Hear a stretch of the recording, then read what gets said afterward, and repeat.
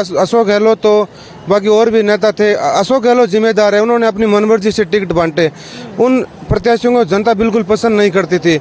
कई तो 3-3 बार हार चुके थे, उस वजह से कांग्रेस सत्ता में आने से वंचित रह गई। तो आपकी बारी लग रहा है कांग्रेस आपके राजस्थान में बना लेगी, सीटें ले आएगी? 25 सीटों में से लगभग 10 सीटें कांग्रेस जीतेगी। तो नहीं कह रहे, हम तो नहीं कह रहे, हम तो नहीं कह रहे। जो कुछ भक्त लोग हैं जिनको मतलब अच्छा और बुरे के बारे में मालूम नहीं है, वही वो जो सपोर्ट कर रहा है वो भक्त हो गया। बिल्कुल, मतलब उनके पास लॉजिक नाम का आप विपक्ष को सपोर्ट कर रहे हैं तो आप हम किसी के पक्षधर नहीं है।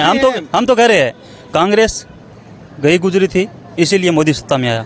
और अब वो मोदी है ना, वो उसका भी बाप है, वो उनसे 1000 गुना गुजरा है। मैं राजस्थान से हूँ, राजस्थान में लगभग 10 सीटें कांग्रेस जीतेगी और मैं चाहता हूँ कांग्रेस सरकार सत्ता में आए।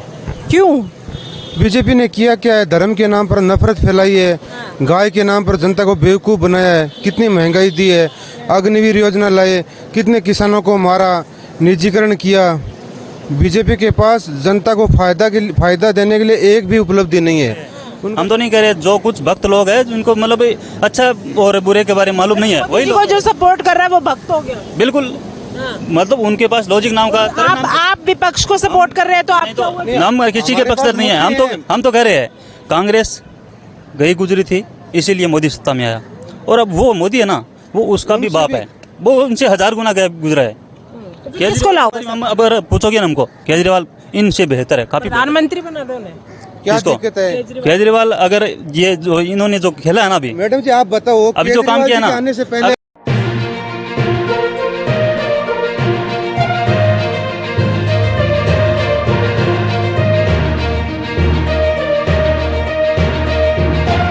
क्या कहेंगे भैया जी, क्या नाम है आपका? मेरा नाम बेराराम धेत्रवाल है। क्या कहोगे, कौन आएंगे? तो कह रहे आएंगे तो मोदी।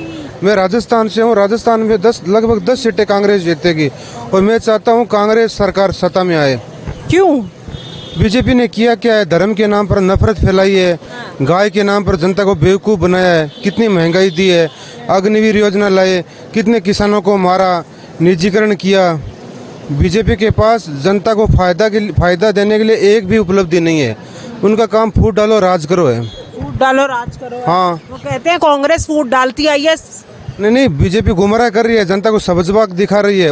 उनके पास कोई मुद्दा नहीं है। सिर्फ राजस्थान में भी चुनाव हुए थे, वो तो कांग्रेस के नेता आपस में लड़कर मर गए, वरना कांग्रेस सत्ता में आ जाती। नुकसान हुआ सचिन पायलट की वजह से। नहीं, सचिन पायलट हो या अशोक गहलोत तो बाकी और भी नेता थे। अशोक गहलोत जिम्मेदार है, उन्होंने अपनी मनमर्जी से टिकट बांटे। उन प्रत्याशियों को जनता बिल्कुल पसंद नहीं करती थी। कई तो 3-3 बार हार चुके थे, उस वजह से कांग्रेस सत्ता में आने से वंचित रह गई। तो आपकी बारी लग रहा है कांग्रेस आपके राजस्थान में बना लेगी, सीटें ले आएगी? 25 सीटों में से लगभग 10 सीटें कांग्रेस जीतेगी।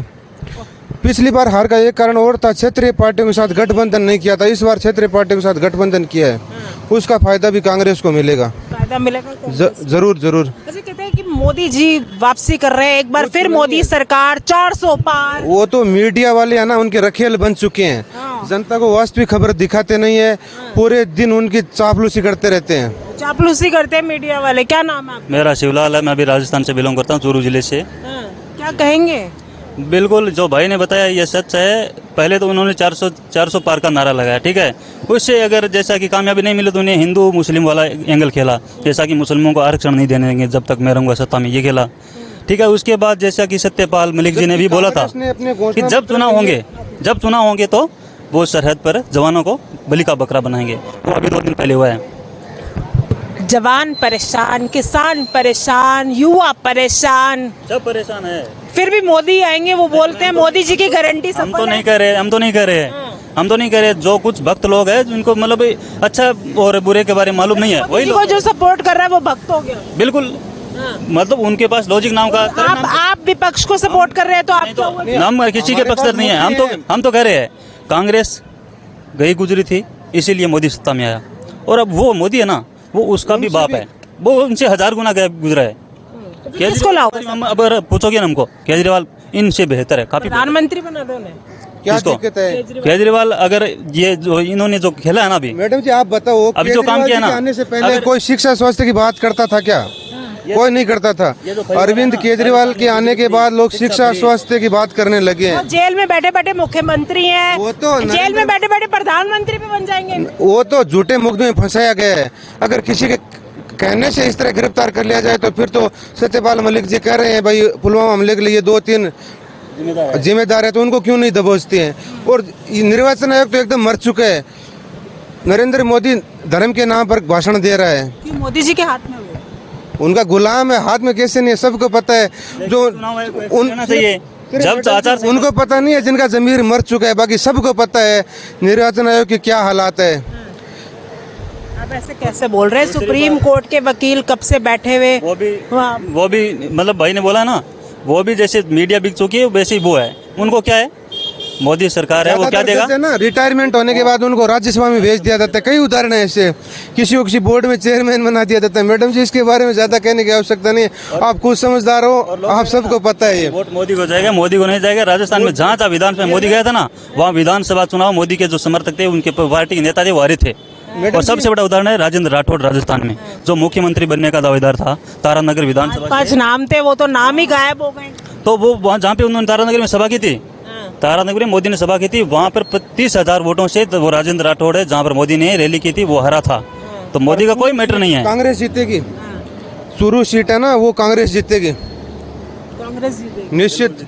अच्छा, अब की बारी बदलाव होगा यानी कि?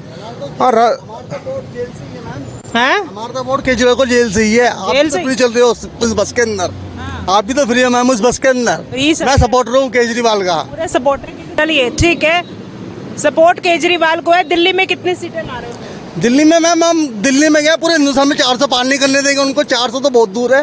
वो 400 पार करेंगे, 400 पार नहीं करने देंगे। वो मुंगेरी लाल के हसीन सपने दिखा रहे हैं जनता को, मानसिक रूप से विपक्षी पार्टियों को दबाव में लाने के लिए। ऐसा कुछ नहीं है। मुझे लगता है अधिकतम 220 सीटें आएगी अगर ईवीएम में गड़बड़ी नहीं की तो। ये सही है। अगर कांग्रेस आ जाती है, अगर कांग्रेस आ जाती है, मान लेते हैं बदलाव होता है, तो ईवीएम में घोटाला नहीं। अकेली कांग्रेस कोई बदलाव नहीं करेगी। ज्यादा अंतर नहीं है कांग्रेस भाजपा में, लेकिन क्षेत्रीय पार्टी है ना, उनकी भी तो हिस्सेदारी होगी ना। क्या गारंटी दी बैलेट पेपर पे चुनाव हो जाते तो धांधली ना होती? इसके कई उदाहरण है मैडम जी। एक तो जब सुप्रीम कोर्ट में याचिका लगाई तो सुप्रीम कोर्ट को उसमें सुनवाई करनी चाहिए थी। फिर नरेंद्र मोदी अगर बोलते हैं मैं जनता में इतना लोकप्रिय हूँ, तो फिर वो बैलेट पेपर से चुनाव क्यों करवा रहे हैं? बैलेट पेपर से चुनाव करवाना चाहिए उनको। सवाल कितनी सीटें आ रही हैं कांग्रेस की आपके हिसाब से, विपक्ष की? देखिए बाहर का तो मैडम मैं क्या बताऊँ, राजस्थान में 10 सीटें आएगी कम से कम। 10 सीटें आ रही हैं, ठीक है। 0 सीट आई थी, इस बार 10 सीट आएगी। तो बीजेपी की तो सीटें धीरे धीरे कम हो रही है ना। 10 सीट आने का क्रेडिट है ना, वो राजस्थान में क्षेत्रीय दलों को जाएगा। एक और है मैडम जी, इस बार है ना विपक्ष जनता है, कोई कांग्रेस। वहाँ सीटें आने का कारण ये नहीं है कि कांग्रेस बहुत ज्यादा लोकप्रिय है। नरेंद्र मोदी से लोग परेशान है, वो खुद हराने में लगे हुए हैं। बीजेपी उत्तर भारत में मतलब मुश्किल से ज़्यादा तो नहीं कहूँगा, राजस्थान में जैसे कि 10-12 सीटें आएंगी, 15 आ सकती है। जैसा हरियाणा पंजाब में रहेगा, उत्तर भारत में करीब करीब बीजेपी यही हाल रहेगा, खस्ता हाल रहेगा। क्योंकि इसके पीछे मतलब जवानों का जो आंदोलन था, ये अग्निवीर योजना है, किसानों का आंदोलन था, पहलवानों का आंदोलन था, ये सबसे बड़े मुद्दे हैं। ये मुद्दे रहेंगे। चंदा चोर नरेंद्र मोदी अगर वो ईमानदार होता तो सुप्रीम कोर्ट ने खुद उसके खुलासा किया था। उसने तो हलफनामा दिया था कि भाई जनता को कोई अधिकार नहीं है चंदे के बारे में जानकारी लेने के लिए। तो ये तो महाचोर है, चोरों का सरदार है ये ढोंग कर रहा है। सारे चोर इकट्ठे हुए में वो है ना, वो गुमराह वो अकेला लड़ रहा है क्या? उसके पास क्षेत्रीय पार्टियां नहीं है भाई। जगह जगह उन्होंने छोटी छोटी पार्टियों से गठबंधन किया है, तो विपक्ष क्यों नहीं कर सकता? चलिए, राय है 2024 चुनाव की यात्रा लगातार हम आपको अपने पहले कार्यक्रम में दिखाते आ रहे हैं। क्या कुछ लग रहा है आपको, कमेंट करके जरूर बताइएगा। फिलहाल इस वीडियो में इतना ही। जय हिंद, जय भारत।